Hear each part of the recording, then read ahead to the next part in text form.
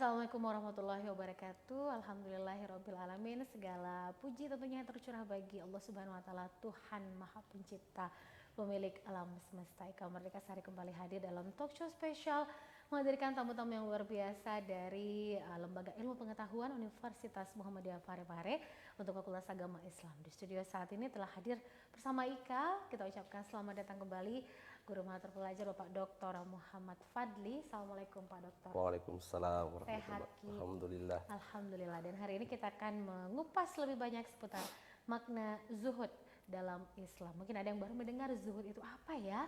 Nah, langsung saja tanpa buang-buang waktu, mohon pencerahan lebih lanjut Pak Dokter. Silakan. Baik. Assalamualaikum warahmatullahi wabarakatuh. Bismillahirrahmanirrahim. Alhamdulillahilladzi ballagar risalah wa a'addal amanah wa nasakhal ummah. Arsalahu bil huda wa dinil haqq liyuzhirahu 'ala ad-dini kullih walau karihal musyrikun. Wassalatu wassalamu ala asyrafil anbiya'i wal mursalin wa ala alihi wa ashabihi ajma'in, amma ba'd.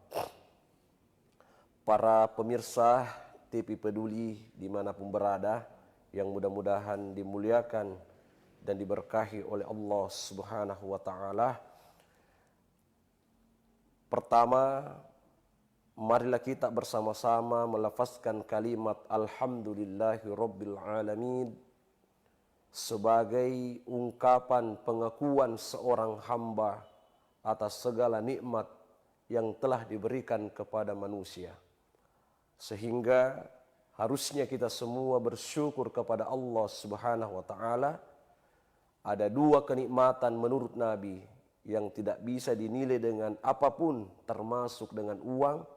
Ni'matani makbunun fihima katsirun minan nas, as-sihhatu wal faragh. Ada dua kenikmatan yang Allah berikan kepada seluruh manusia, tetapi ini pula yang banyak dilupakan oleh manusia, adalah nikmat kesehatan dan nikmat kesempatan. Salawat dan salam kepada junjungan baginda Nabiullah Muhammad sallallahu alaihi wasallam.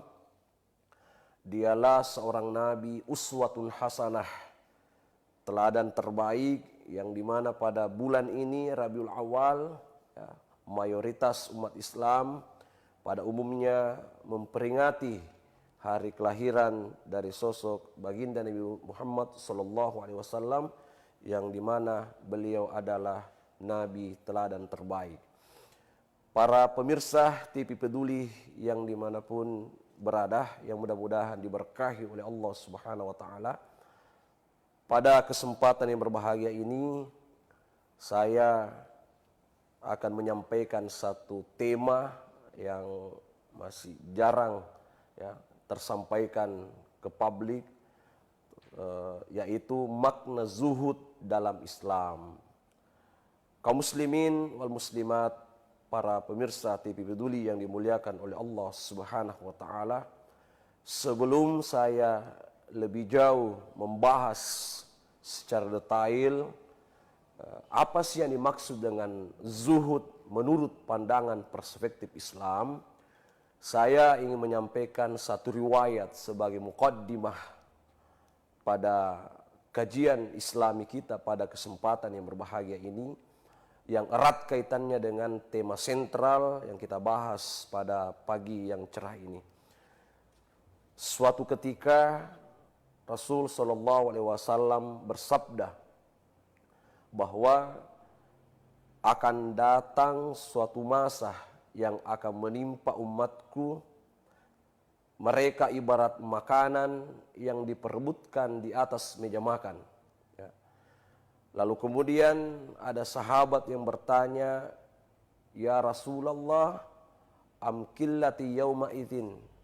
Apakah pada saat itu umat Islam jumlahnya sedikit, atau secara kuantitas umat Islam di akhir zaman itu sedikit? Rasul menjawab bahwa tidak. Jumlah umat Islam, jumlah umatku pada saat itu sangat banyak, akan tetapi mereka seperti busa sabun yang terombang-ambing akan derasnya ombak di lautan. Dan akhirnya umatku akan terkena penyakit wahan. Lalu sahabat bertanya, apa itu wahan ya Rasulullah? Lalu Nabi menjawab, hubbud dunya wa karahiyatul maut, terlalu cinta dunia dan mereka sesungguhnya takut untuk mati.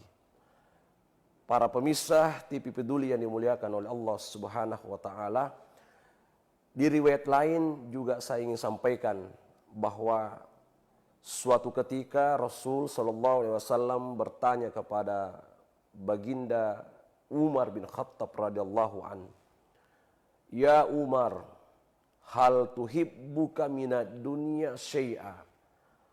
Apa yang kamu senangi dengan dunia? Apa yang kamu senangi wahai Umar dengan kehidupan dunia ini? Lalu Umar bin Khattab menjawab, "Ya Rasulullah, inni uhibbu minad dunya syai'a thalathan."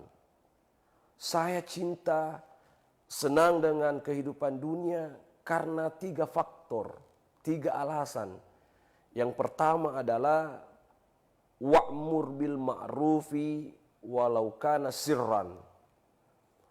Saya senang menyebarkan kebaikan sekalipun itu dalam bentuk rahasia, tidak terlihat oleh khalayak manusia. Wan nahyu 'anil munkar walau kana jahran, dan saya berani menyampaikan bagaimana menjauhi kemungkaran dan kebatilan sekalipun itu dalam bentuk terang-terangan. Saya tidak pernah gentar ya Rasulullah mendakwakan kebenaran sekalipun itu adalah terang-terangan. Yang ketiga kata Umar adalah wa qaulul haqqi walau kana murran. Oh, ini mengatakan kebenaran sekalipun itu pahit ya. Dan ini susah Mbak Ika. Banyak orang yang barangkali susah untuk mengatakan kebenaran karena ada faktor-faktor yang lain yang sangat menjanjikan, dan itu hanya orientasi dunia. Para pemirsa TV Peduli yang dimuliakan oleh Allah Subhanahu wa taala, kita kembali kepada tema apa sih yang dimaksud dengan zuhud dalam Islam. Saya ingin mengutip salah satu ayat di dalam Al-Quran, surah Ad-Duha ayat keempat. A'udzu billahi minasyaitonir rajim. Walal akhiratu khairul laka minal ula. Dan kehidupan akhirat itu lebih baik daripada yang pertama. Kalau kita buka terjemahan Al-Quran Kementerian Agama Republik Indonesia yang secara umum, makna al-ula di situ adalah dunia. Kan dunia dulu baru akhirat. Walal akhiratu khairul laka minal ula, dan kehidupan akhirat itu jauh lebih baik, jauh lebih mulia daripada kehidupan dunia.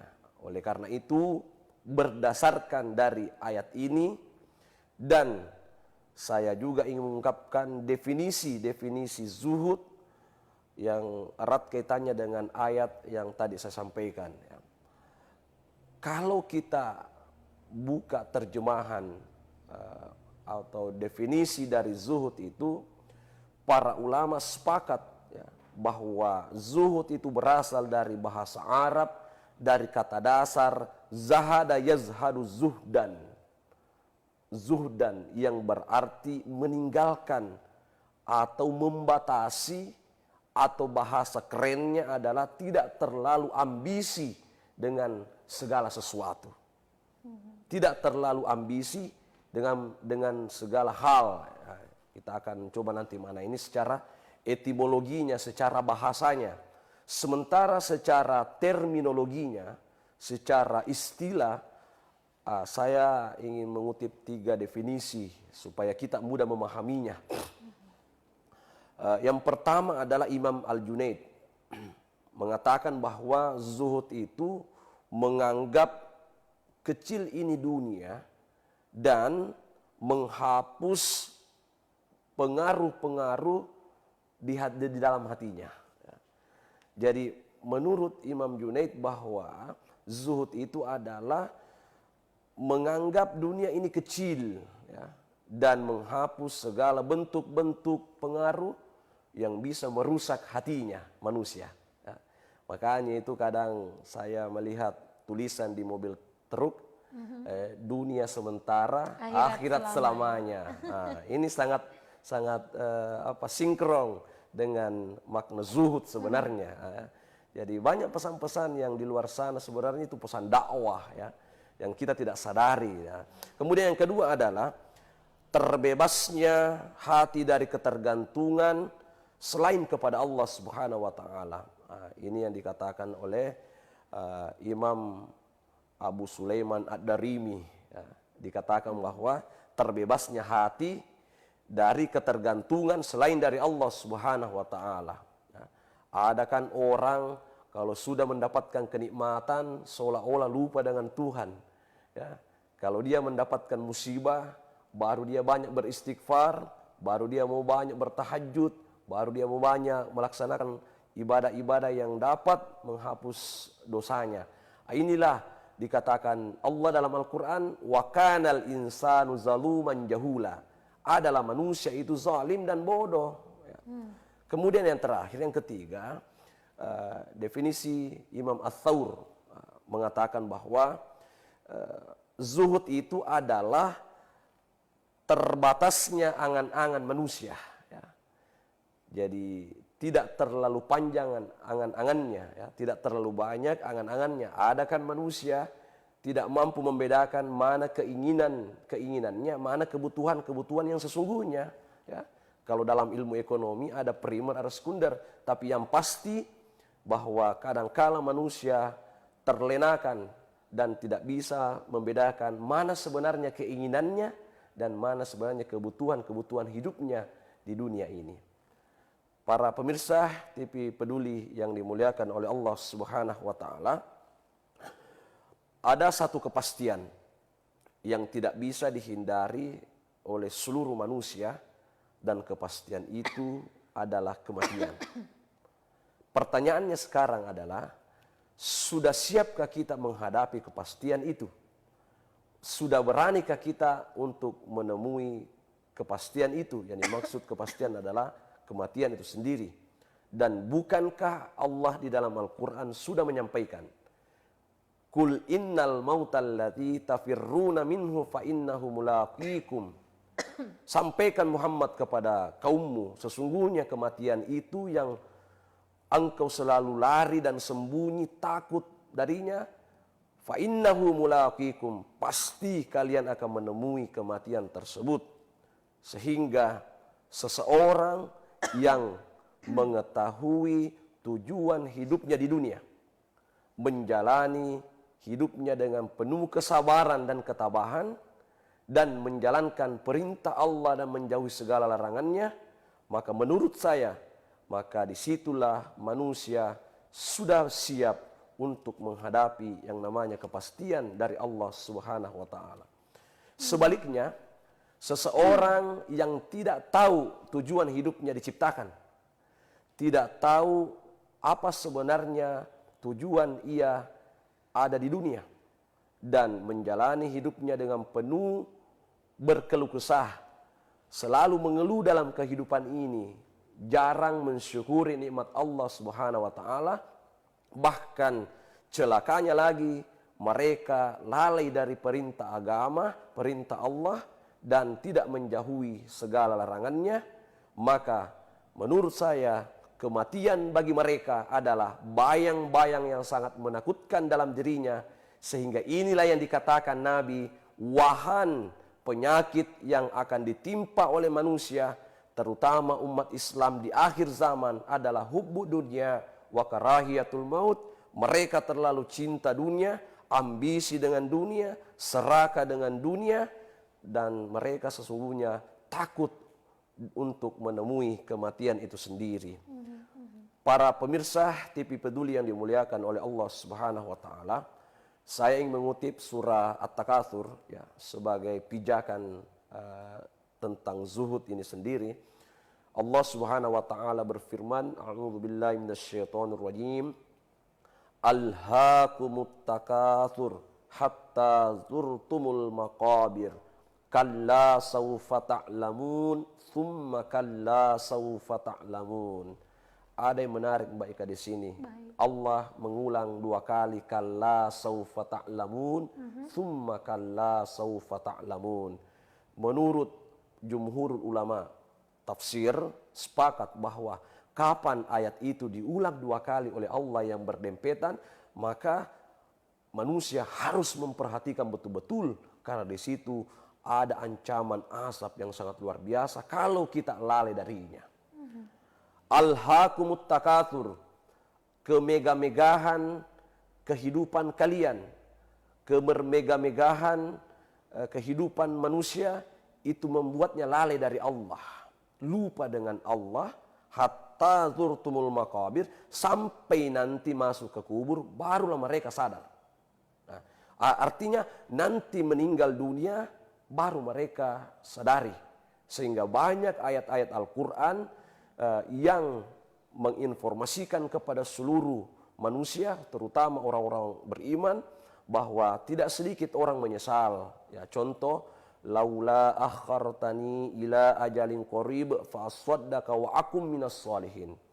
Berikanlah aku waktu sebentar ya Allah, waktu sekejap. Ini penafsirannya juga banyak. Ada yang mengatakan manusia itu tidak minta 1 hari Mbak Ika. Dia hanya minta sekejap dan tidak minta 1 jam. Ada banyak penafsiran. Ila ajalin qarib itu sekejap mata. Kalau bisa ya Allah kembalikan sebentar saja di dunia.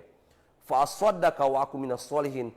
Ingin bersedekah dan mau beramal soleh. Dua permintaan manusia ketika sudah berada di itu tadi maqabir. Hatta zurtumul maqabir, sampai manusia masuk ke kubur baru mereka menyesal. Mau apa mereka?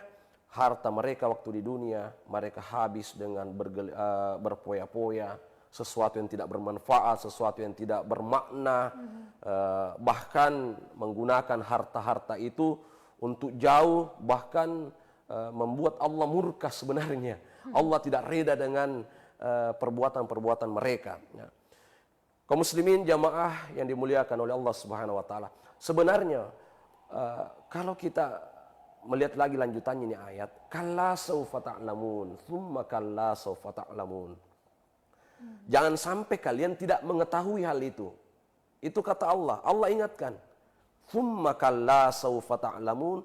Manusia, jangan sampai kamu tidak mengetahui bahwa kemewahanmu itu dapat membinasakan kamu, dapat membuat kamu lalai dari mengingat Allah, lalai mengingat saudara-saudaramu, memperbaiki hablum minan nasmu, ada tetanggamu yang miskin atau yang butuh bantuan, jangan sampai kamu lalai karena kamu sudah mendapatkan kenikmatan dunia yang begitu hebat, yang begitu dahsyat, harta yang melimpah ruah, hatta turtumul makabir. Itu penekanannya Mbak Ika, bahwa jangan sampai manusia jangan lupa, jangan sampai kalian tidak mengetahui hal itu, ya. Sehingga agama sebenarnya tidak melarang kita mencari dunia. Ya. Agama tidak melarang kita untuk mencari rezeki yang begitu banyak. Tetapi jangan terlalu berlebih-lebihan.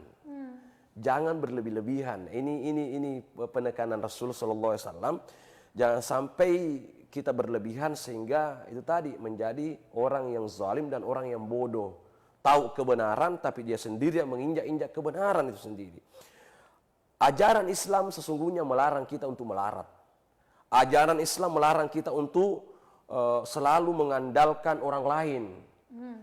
Ajaran Islam melarang kita selalu meminta-minta, jadi pengameng, selalu mengandalkan bantuan-bantuan zakat. Harusnya berdoa, ya Allah, ketika mendapatkan zakat, ini agama, berdoa kepada Allah, ya Allah, mudah-mudahan tahun depan saya lagi yang mengeluarkan zakat. Jangan selalu berdoa bahwa, ya Allah, mudah-mudahan tahun depan saya dapat lagi bantuan zakat. Wah, ini keliru umat Islam ini. Harusnya umat Islam itu ketika mendapatkan bantuan atau semacam zakat, bagi mereka yang 8 yang mustahik ini, yang berhak, ya, termasuk fakir, miskin, anak yatim dan ibnu sabil, berdoa, ya Allah, mudah-mudahan tahun depan saya lagi yang membantu orang lain. Jangan selalu dibantu. Sehingga Nabi mengatakan, yadul ulya afdalu miyadis sufla. bahwa tangan di atas jauh lebih mulia ketimbang tangan di bawah. Nah, ini penekanan. Sehingga Rasul juga mengingatkan kepada kita semua, kepada jamaah, pada seluruh pemirsa, pendengar TV Peduli Kota Parepare. Nabi mengatakan, laisa bi khairikum, bukanlah orang terbaik di antara kalian, man tarakal akhiratahu lidunyahu, meninggalkan akhiratnya demi dunianya. Ada kan orang belum masuk waktu sholat subuh, baru jam 3 sudah ke pasar. Sudah pergi cari mengais rezeki. Kemudian pulang nanti juga maghrib, maka ada berapa sholat fardu yang ditinggalkan. Ini yang dimaksud dengan Nabi. Man tarakal akhiratahu lidunyahu. Mereka sebenarnya meninggalkan akhiratnya demi dunianya. Padahal tadi di awal-awal kajian kita pada pagi hari ini, Quran surah Duha ayat 4 itu, walal akhiratu khairul laka minal ula. Kehidupan akhirat itu jauh lebih mulia, jauh lebih baik daripada akhirat. Tapi apa kata Nabi? Banyak umatku yang mereka rela meninggalkan perintah Allah demi mengejar kehidupan dunia. Kemudian wala dunyahu li akhiratihi. Sebaliknya, ada orang meninggalkan dunianya demi akhiratnya. Inilah orang yang selalu disebut Nabi sebagai orang pemalas. Orang yang selalu mempermainkan agama atas nama agama, selalu tawakal. Kan ini Allah yang kasih makan kita, Allah sudah tentukan rezeki kita. Betul, Allah menentukan rezekinya. Ada ayatnya, wa ma min dabbatin fil ardi illa 'alallahi rizquha. Tidak ada makhluk yang melata yang Allah ciptakan di muka bumi ini kecuali sudah dijamin rezekinya. Iya, betul ada ayat seperti itu. Tapi jangan juga punya pemahaman yang keliru. Karena ada banyak ayat-ayat yang menjadi pembanding. Contoh, فَإِذَا خَصَمْتَ فَتَوَكَّلْ إِلَى اللَّهِ. Maka setelah kamu bekerja didahulukan. Setelah kamu berusaha, fatawakkal ilallah, maka bertawakallah kepada Allah Subhanahu wa taala. Baik. Izin saya sedikit menyela ini Pak Dokter, izin. Nah, ini kembali tema yang menurut tadi Pak Ustadz dikatakan memang jarang sekali untuk didiskusikan lebih lanjut gitu ya. Tapi kalau kita berbicara soal hakikat zuhud ini juga pembelajaran yang sangat berarti buat Ika gitu. Bagaimana mengalihkan kesenangan hati dari sesuatu kepada sesuatu yang lebih baik gitu kan. Tapi kan saya selalu yakin ya Pak Ustadz bahwa itu Allah sudah tidak ada yang datang dalam kehidupan kita, tidak ada yang terjadi dalam kehidupan kita selain itu, selain menjadi kenangan juga menjadi pelajaran. Kan gitu ya Pak Ustadz ya. Kadang-kadang kita, kok saya harus ketemu sih sama orang ini begitu ya? Kok kenapa kita ada di dalam situasi ini begitu? Kenapa ya kejadian? Sebagai manusia biasa kita mungkin akan aduh seandainya, kita sering suka berandai-andai gitu. Nah, tapi saya selalu yakin semakin kesini Pak Ustadz semakin saya realize bahwa Allah punya maksud dan tujuan dan mungkin bentuk rasa kasih sayang Allah ke kita menghadirkanlah situasi itu dan orang-orang itu dalam kehidupan kita. Nah, ini tadi saya mau menggarisbawahi, mohon pencerahan lebih lanjut bahwa praktisnya nih menurut Ika ya, zuhud itu hilangnya hubungan hati dengan harta, tapi tidak harus kehilangan harta. Nah, ini keren tuh quotes-nya. Gimana Pak Ustadz? Oke. Baik, terima kasih Mbak Ika. Jadi zuhud itu bukan membenci dunia, tetapi menikmati dunia. Bukan hanya soal harta saja, bukan tapi termasuk peristiwa orang-orang. Ya, segala hal. Segala hal. Jadi saya ulangi bahwa zuhud itu bukan kita digiring untuk membenci dunia. Nabi tidak mengatakan benci dunia. Tetapi kita disuruh untuk menikmati kehidupan dunia ini. Agar supaya melahirkan rasa syukur dan qanaah dalam kehidupan ini ya. Contoh misalnya, syukurkan menurut Profesor Dr. K. Haji Nasaruddin Umar ya, Imam Besar Istiqlal Jakarta, itu kan menurut beliau bahwa syukur itu ada 3, bahwa ada yang dinamakan tahmid, alhamdulillah, mau sholat atau tidak, semua orang dapat mengucapkan kalimat alhamdulillah. Yang kedua, syukur itu sendiri apabila dia mendapatkan kenikmatan, dia bersyukur kepada Allah. Nah, tingkatan yang ketiga adalah syakur. Ini yang sangat-sangat jarang, ya, sangat sedikit ya, adalah syakur. Bukan hanya mendapatkan kenikmatan dia bersyukur, tetapi ketika dia mendapatkan musibah, dia jadikan musibah itu adalah surat cinta dari Allah Subhanahu wa taala agar supaya dia lebih mendekatkan diri kepada Allah Subhanahu wa taala. Jadi itulah zuhud. Jadi contoh misalkan ada kan orang ketika dia cinta dengan hartanya, ketika hilang dia menyesal. Dia terlalu sakit.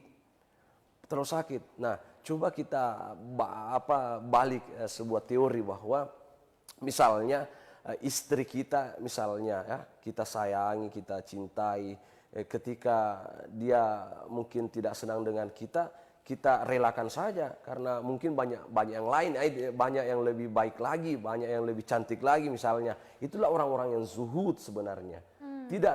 Jadi saya bisa katakan bahwa orang zuhud itu sebenarnya berjiwa besar. Jadi orang zuhud itu berjiwa besar. Dan tentu zuhud itu juga menurut saya adalah merupakan pola kehidupan hidup yang sederhana. Nabi Sulaiman alaihissalam itu orang kaya. Dalam sejarah belum ada yang bisa mengalahkan kekayaan Nabi Sulaiman alaihissalam. Sampai digadang-gadang, izin Pak Ustadz, Iya. bahkan digadang-gadang di bawah daerah situ, di bawah tanah itu ada The Kingdom of Solomon. Betul. Sampai sekarang belum Betul, ketemu juga tuh betul, kerajaannya betul, tuh ya. betul. Oke, Ya. lanjut Pak Ustadz, Oke. izin. Ini ya, jadi zuhud itu adalah pola hidup yang sederhana ya. Saya ingin mengutip sejarah Nabi Sulaiman alaihissalam yang menurut dalam kisah bahwa ada yang mengatakan 1 kilometer pekarangan rumahnya itu kerikilnya adalah emas ya. Yeah. Tetapi apakah karena kekayaan Nabi Sulaiman akhirnya dia lupa diri kepada Tuhan? Ini pembelajaran. Nabi Sulaiman menikmati ya. Ada kan orang juga bahwa ketika misalnya dia punya harta yang banyak, tapi tidak bisa lelap tidurnya kalau malam. Dia selalu memikirkan harta bendanya, harta kekayaannya. Ini namanya diperbudak oleh dunia. Ya. Harusnya kita nikmati ya kehidupan ini. Kemudian selanjutnya, saya ingin mengutip salah satu hadis Rasul Sallallahu Alaihi Wasallam yang sebagai pijakan kita juga pada pagi hari ini sebagai dialog yang cukup menarik ya. Jarang juga kita sampaikan ini zuhud ya, dan perlu untuk dikaji kembali secara mendalam ini zuhud ya. Nabi mengatakan, sayati zamanun ala ummati yuhibbuna khamsan wa yansawna khamsan. Akan datang suatu masa di mana umatku itu mereka cinta pada 5 sesuatu dan melupakan 5 sesuatu. Yang pertama adalah yuhibbuna dunya wa yansawna al-akhirah. Ini tadi. Terlalu cinta dengan kehidupan dunia dan melupakan akhirat ya. Kemudian yang kedua adalah yuhibbunal hayah wa yansawnal maut. Cinta dengan kehidupan lalu kemudian melupakan yang namanya kematian. Kemudian yang ketiga adalah yuhibbunal kusura wa yansawnal kubura. Mereka terlalu cinta dengan rumahnya mewah tetapi lupa dengan rumahnya nanti di kuburan. Kemudian yang keempat yuhibbunal mala wa yansawnal hisab, bahwa mereka terlalu cinta dengan harta lalu kemudian lupa dengan perhitungannya ya. Kemudian yang terakhir yuhibbunal khalqa wa yansawnal khaliq. Mereka terlalu cinta dengan ciptaan Allah segalanya, wa yansawnal khaliq, dan mereka lupa dengan siapa yang menciptakan ciptaan itu. Inilah kelima menjadi term rem kepada kita semua agar supaya kita semua dalam kehidupan di dunia ini tidak terlalu ambisi dan serakah dengan segala sesuatu. Sehingga Nabi menyampaikan bahwa wahai manusia, sesungguhnya hartamu itu cuma 3. Ya. Yang pertama adalah apa yang kamu makan lalu habis menjadi kotoran. Yang kedua apa yang kamu pakai lalu kemudian lapuk hancur ya. Kemudian yang ketiga, apa yang kamu sedekahkan dan itu akan menjadi modal investasi akhirat kelak yang akan menolong kita di hadapan Allah Subhanahu wa taala. Sehingga seseorang yang hidupnya mewah lalu kemudian senang pamer, Inilah yang saya katakan gila pujian. Inilah yang saya katakan gila sanjungan. Saya ulangi. Jadi banyak orang yang kumpulkan harta, kemudian barangkali juga pada masa-masa dia masih sulit, orang tuanya pun sulit, akhirnya dia sekolah, sukses, berhasil, sehingga dia sudah sombong, tamak, angkuh, sehingga harta yang mereka dapatkan itu seolah-olah itu hanya kerja keras dia tanpa ada intervensi campur tangan Tuhan sebenarnya. Sehingga wajar kalau saya istilahkan orang-orang seperti ini gila sanjungan, gila Sibuk pujian. cari panggung. Ya, sibuk cari panggung, dan semakin dipuji dia semakin terpental-pental, bangga diri ya. Seperti itu Mbak Ika. Baik. Nah, saudara pemirsa, kita jeda dulu ya. Saya akan melanjutkan kembali perjumpaan kita di talk show spesial dengan narasumber kita luar biasa dengan Lembaga Ilmu Pengetahuan Pencerahan yang luar biasa. Ini akan kembali selepas yang berikut ini. Tetaplah bersama kami.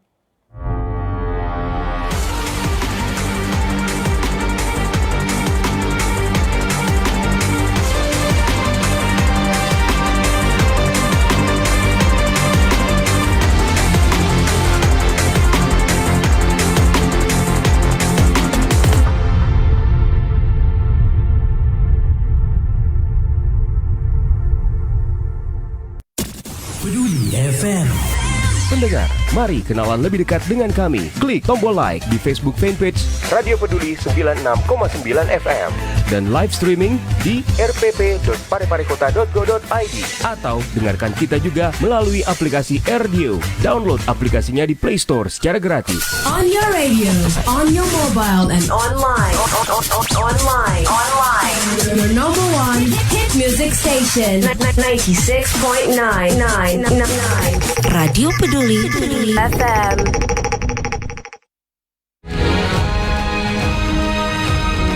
Assalamualaikum warahmatullahi wabarakatuh. Saya Harmanikam. Suradi Sugiarto. Saya Trianti Sulaiman. Saya Uswatun Hasanah. Hadir di layar televisi Anda dengan suguhan informasi yang telah dirangkum tim redaksi kami. Kita mulai news update selengkapnya.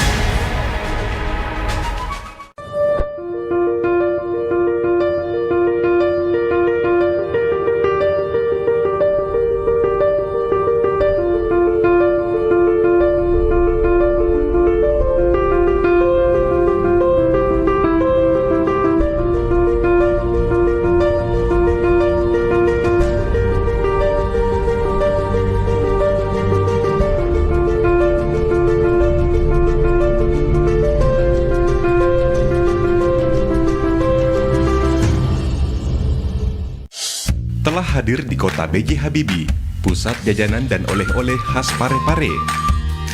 Dapatkan aneka jajanan, aksesoris yang unik, souvenir, serta berbagai busana menarik yang didesain langsung oleh Ibu Haja Erna Rashid Taufan. Bagi Anda yang berkunjung ke kota Parepare, kurang lengkap rasanya jika Anda belum berkunjung ke pusat jajanan oleh-oleh khas Parepare. Semua tersedia di Balai Ainun Habibie.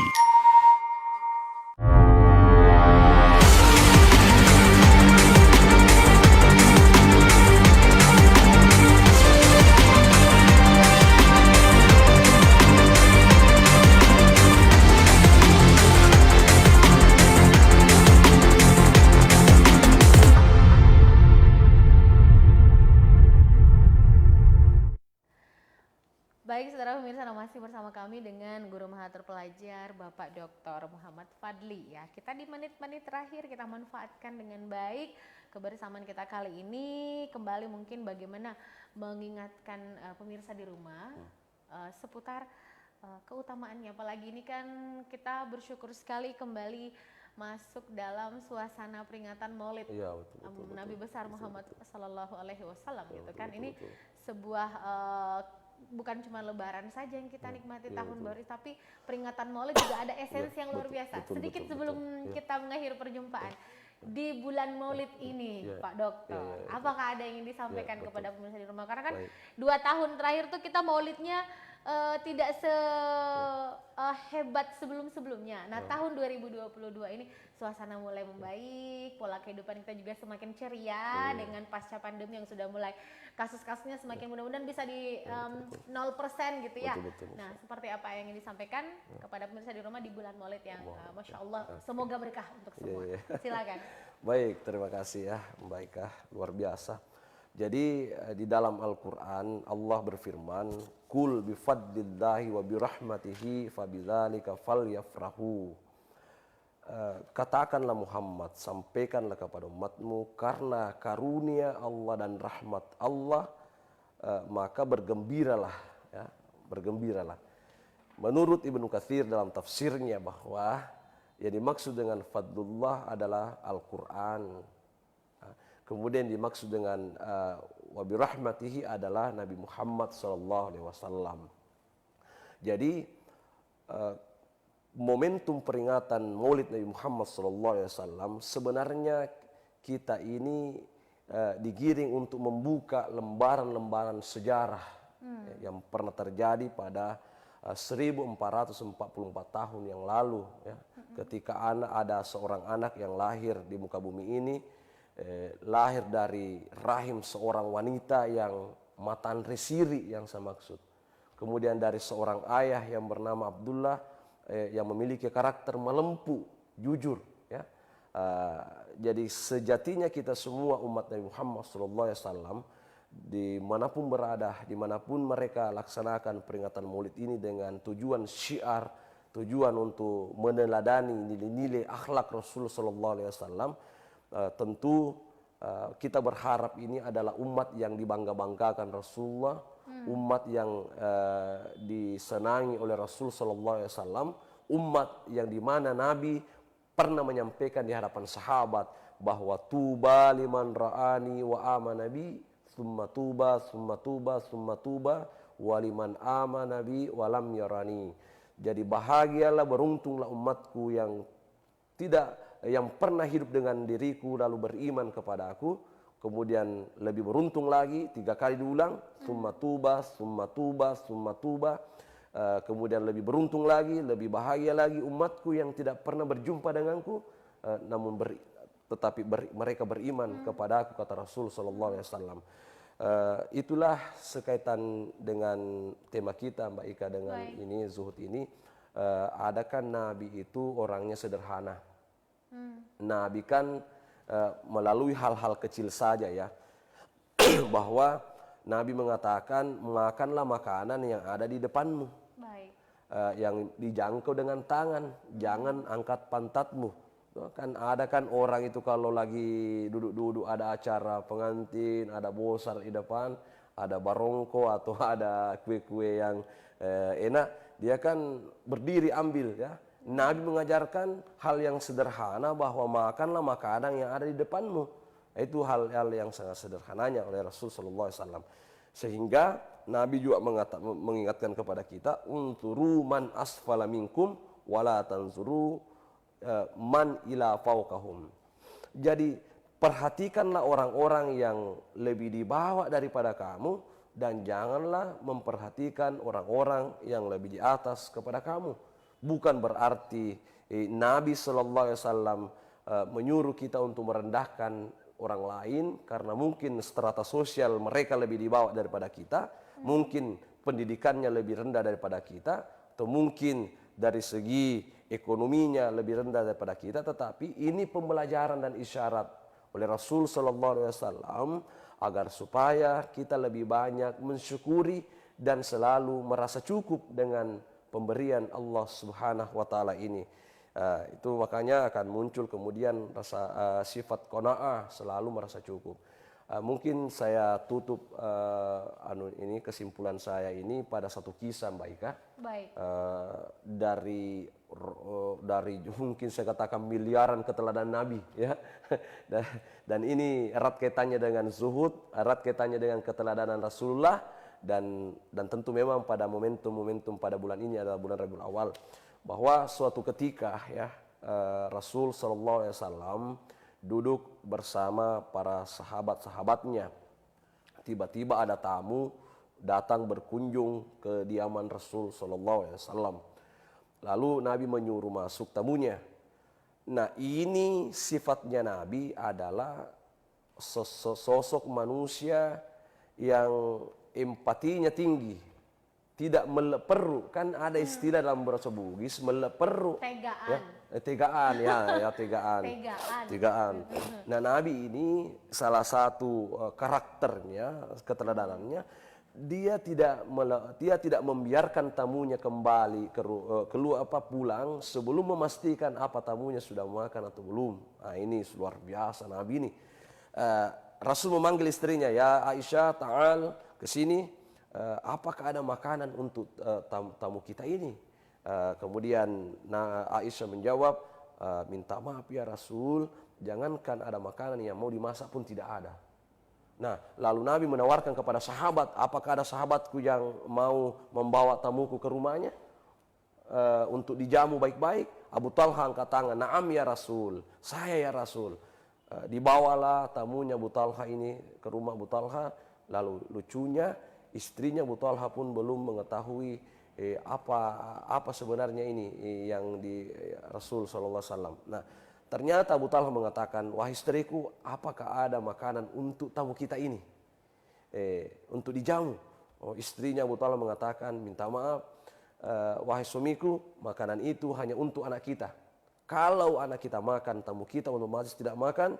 Kalau tamu kita makan, otomatis anak kita tidak makan. Tidak makan. Subhanallah. Inilah etika yang dibangun oleh Nabi dan mendidik para sahabat-sahabatnya. Apa jawaban Abu Talha? Begitu sedih Abu Talha, walaupun dia rasakan apa yang dirasakan istrinya. Wahai istriku, masaklah makanan itu untuk tamu kita. Tapi tidurkan dulu anak kita supaya lupa makan malam hari ini. Subhanallah.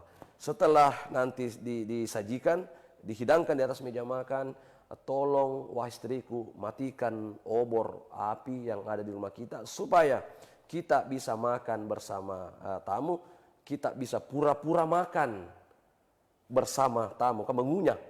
Itu kan digambarkan dalam hadis bahwa sahabat Abu Talha ini mengunyah makanan bersama tamu, padahal dia tidak makan karena makanan itu hanya cukup untuk tamunya. Baik. Begitulah. Lalu turun ayat, wa yu'thiruna ala anfusihim walau kana bihim khasasah. Muhammad, coba perhatikan sahabat-sahabatmu, mereka adalah ahli surga, mereka lebih mendahulukan kepentingan orang lain sekalipun dia sendiri sebenarnya membutuhkannya. Itulah etika yang dibangun Nabi bersama sahabatnya. Baik, luar biasa. Tapi sebagai manusia, apalagi cewek, perempuan kan baperan tuh Pak Ustadz tuh. Apa-apa tuh kan pakai hati gitu ya.